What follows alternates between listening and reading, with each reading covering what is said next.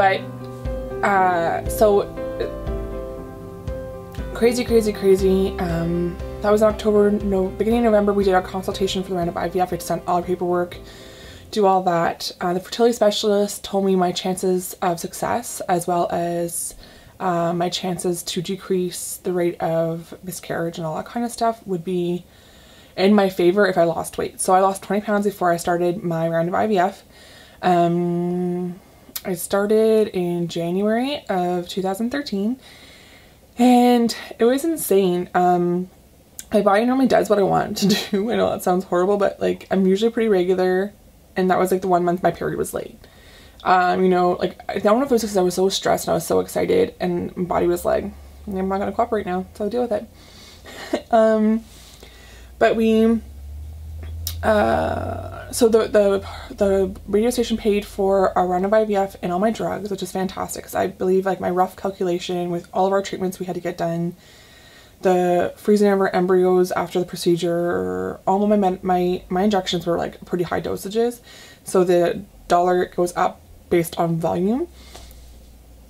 It's like literally liquid gold that you're injecting into your body. So the radio station paid for all of that, so that stress was gone from it, which was pretty amazing. Because I mean, fertility treatments on their own are pretty rough. Like in my case, they dropped me down to basically, like within a week, they dropped me down to I'm having like hot flashes, menopause. They dropped me down to like menopause level. My estrogen was like below 90, I think. And then they, like, once you hit that level, they give you another drug, and then that tricks kind of your body into not paying attention to them now overstimulating. So your body thinks you're like over here, but really you're like over here, and you're like totally overstimulated. So in my case, I was developing, instead of growing like a couple follicles, which is where your eggs are housed, is where your eggs kind of pop into, I guess. I don't know, I'm probably not explaining this. I'm not very technical or medical person. Anyways, so my body was producing or growing a ton of these follicles, but not getting them too really big. So my fertility specialist was saying like my ovaries were like the size of oranges. It was not comfortable. I couldn't even sit up, like completely upright in my car by the end of the procedures.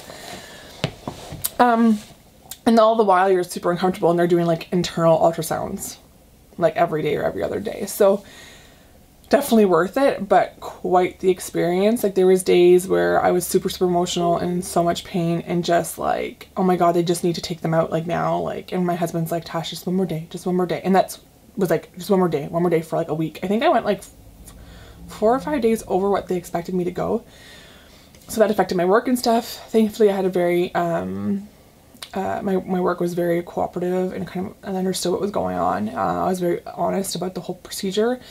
I even had to do my injections at work sometimes. So, even that, like getting over, like giving yourself like all these crazy amounts of injections, like in your abdomen. That's the weirdest, like your abdomen, your core areas tend to be where you protect, and having to like literally just like stab yourself in the abdomen multiple times a day was a little weird.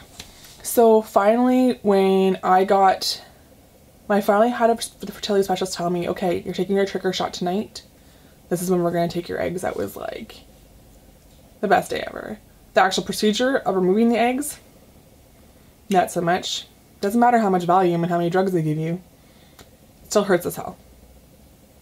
To me, it was incredibly painful. I had a nurse like holding my shoulders down, and as I was like trying not to, like, you don't want to move either. They've got like this big needle up in there. But like it was incredibly painful. And I remember, it was at Bon Jovi, summer of 69. I think was playing when they were doing my egg retrieval. Anyways, it was an insane procedure. I had a ton of, I think what did they take out?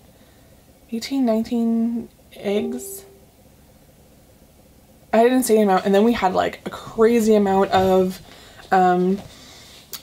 embryos actually mature, and then we ended up doing a day 5 transfer. I think at the end we had something like 10 embryos make it to day 5, I think. We decided to only transfer 1, the highest grade out of all of them, and then we froze 4, and the rest weren't a high enough rate of quality to freeze. I think that's right. 4 we froze.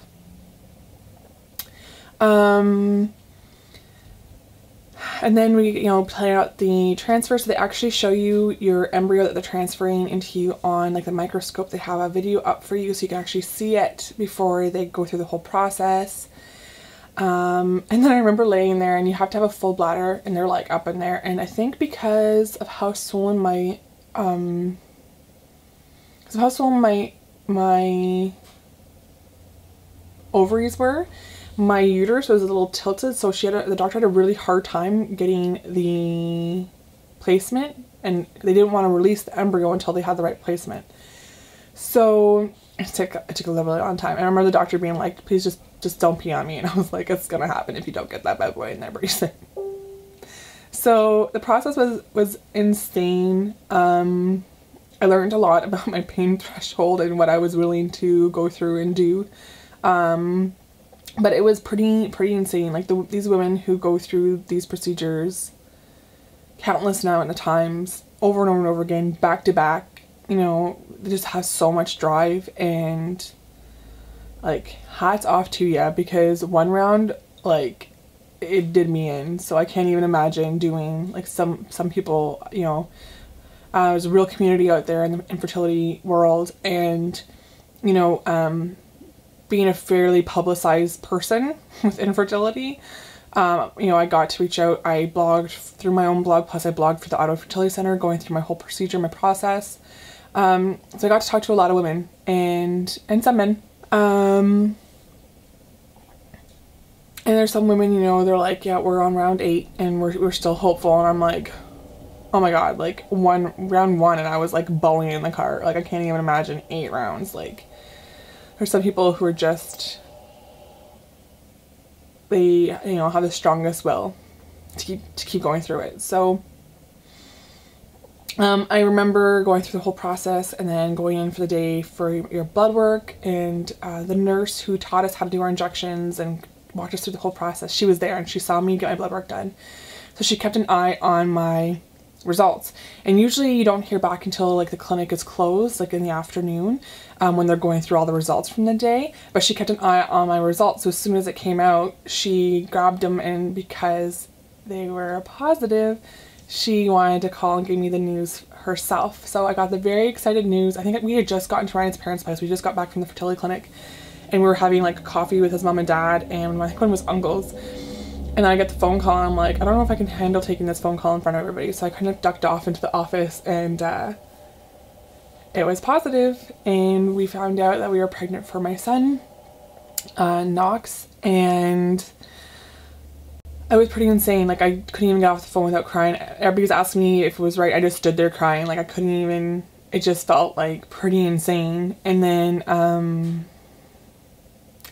at 6 weeks, we got our ultrasound at the clinic to make sure, at the fertility clinic, and our last visit with our fertility specialist to make sure everything was placed right. To see how, you know, if it's split, if there was only one in there, you know, what was going on. Because the embryo can split after it is,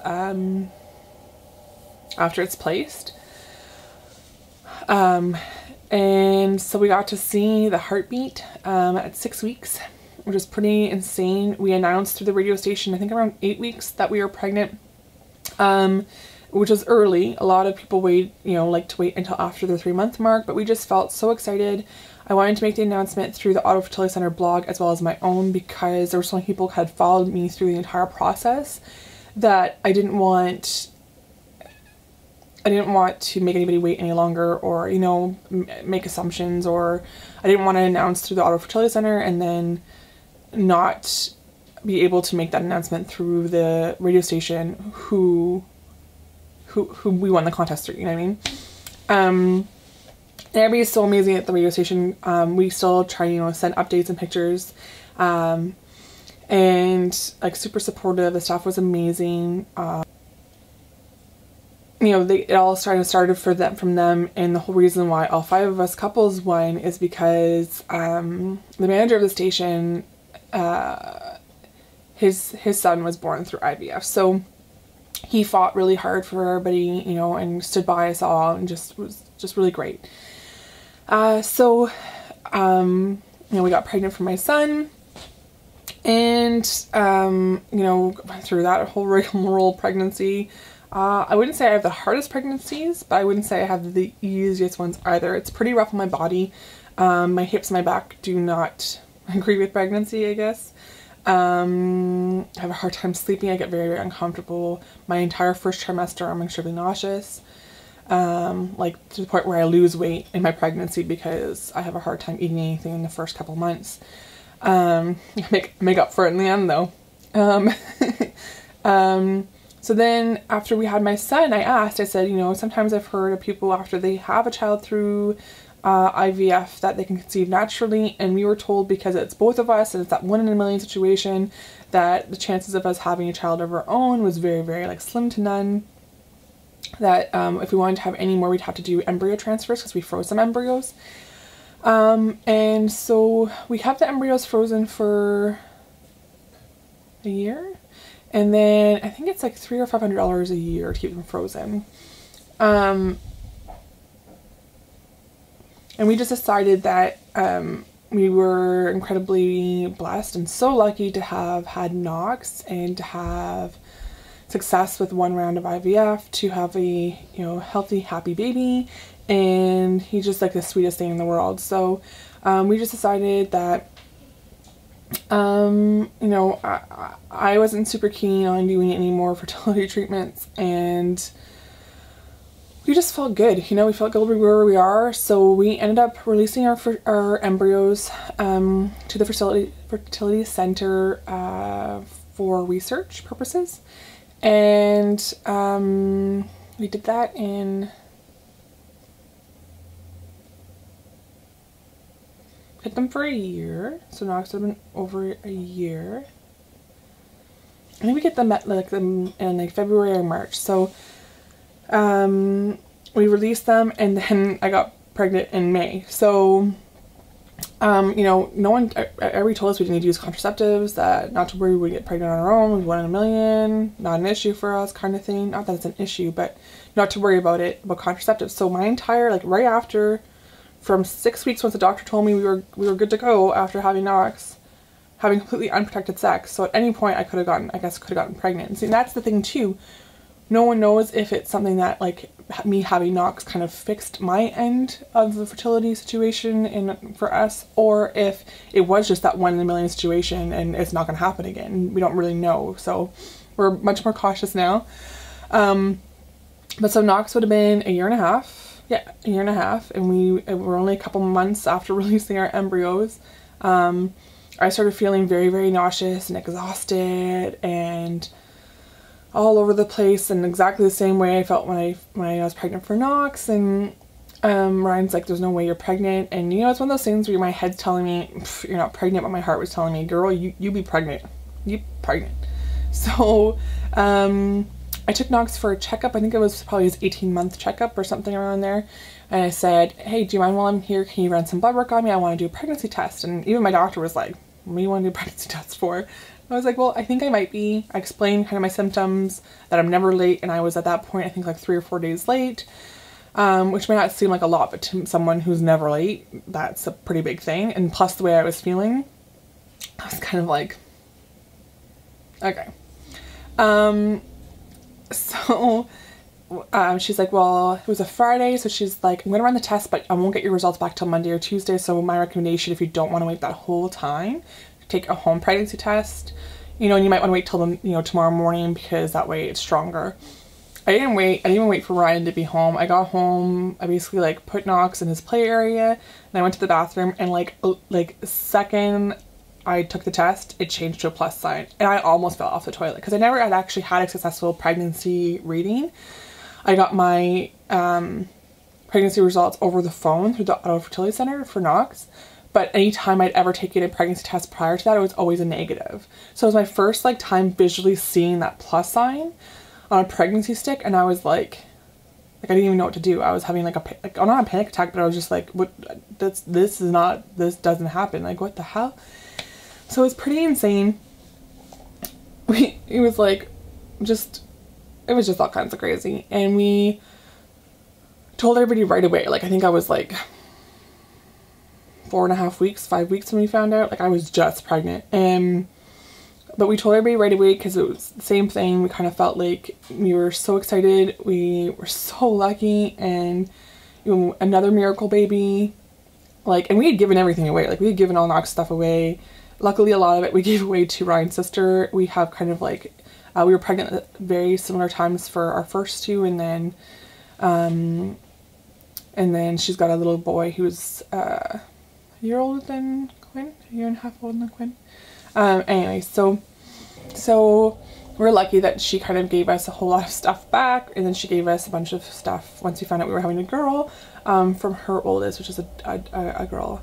So it was insane. We were all so like over the moon, excited, like, but then part of me was a little nervous to tell people because we had gone through this whole production and contest and like all this stuff with infertility and IVF and all these things. So a little part of me was really nervous to tell people because I didn't want people to think like that we were faking the first time. I don't know. There was just a lot going through my mind, and hormones and all that kind of stuff. So, not that I think that anybody would actually fake that they had infertility and go make themselves go through IVF by choice. But anyways, and not that I could. We had fertility specialists that had to submit information. Anyways, I'm all over the place. But so yeah, so we ended up like with two amazing babies. We're insanely lucky. I know it's like we are 1 in a million babies, you know, like our it's pretty crazy to say that we won a baby, you know, like winning a baby. That sounds pretty insane, but like had we, I mean, who knows, but really had we not won the radio station contest, we would have never had Knox, and chances are we wouldn't have had Quinn either, because I believe they kind of go hand in hand. I think one kind of caused the other. You know, Knox was in there and was like, I need to make some room, move some stuff around here, I need a sibling. That, and Quinn's insanely stubborn and determined, so I feel like those are two traits that probably helped with her being conceived.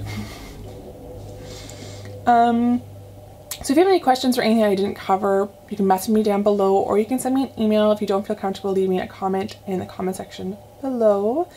I'm pretty much an open book, so if you have any questions, I'll be more than happy to answer. If you'd love to share your story, please share down below in the comment section. I will link, I think I'm going to compile like all my blog posts throughout the whole process, and then make like a section in my new blog, thegoodthebadandthemummy.com, with all my infertility stuff. I think I'm going to do that for you instead of like having to link a million different posts, because I kind of posted throughout different times, and then throughout my entire process of IVF, through the radio station contest and all that kind of thing. So I think I'll probably like combine them all together for you guys and put them in one space on my new blog, so you're not all over.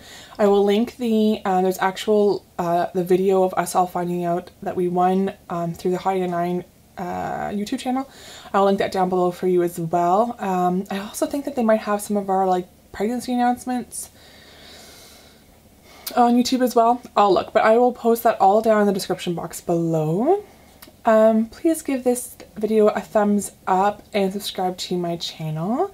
And like I said, if you have any questions, please leave them down below. You can also email me and I will be glad to answer your questions, or just have a chat about what's going on. I have a lot of experience with this, as well as I know a lot of people who have experience with this as well. So I'm more than happy to share that information with you, or, you know, help you find a group, or, you know, whatever the case may be. Definitely don't feel like you're alone, or that if you're feeling a certain way about something, chances are someone's felt that way as well. So I would love to chat with you, and I hope that you guys found this video to be either helpful or informative. Like as I said, I'm not very technical, or I go by feelings and opinions and all that kind of stuff. That's kind of how I roll. So, but like, if, I don't know if you're in the Ottawa area, but a lot of times, like for example, the fertility center I went to, the OFC, Ottawa Fertility Center, they have a lot of great information on their website. And I believe a lot of different fertility clinics have that as well. So, and in a lot of cases, consultations are free. And now in Ontario, Ontario government is going to be funding, I believe it's 1 round of IVF depending on your situation, and I believe that's going to be starting in the new year. So there's a lot of great things happening right now, and just like, let's keep the conversation going. Let's like talk about infertility. Let's talk about, it might not be the easiest things to talk about, but let's like open up and get those conversations. Let's make infertility be a part of regular conversation. Let's make it not be a taboo conversation. Let's not have to like hush hush and talk about it. Let's, you know, it's part of who we are. It's a medical condition. It's a medical issue.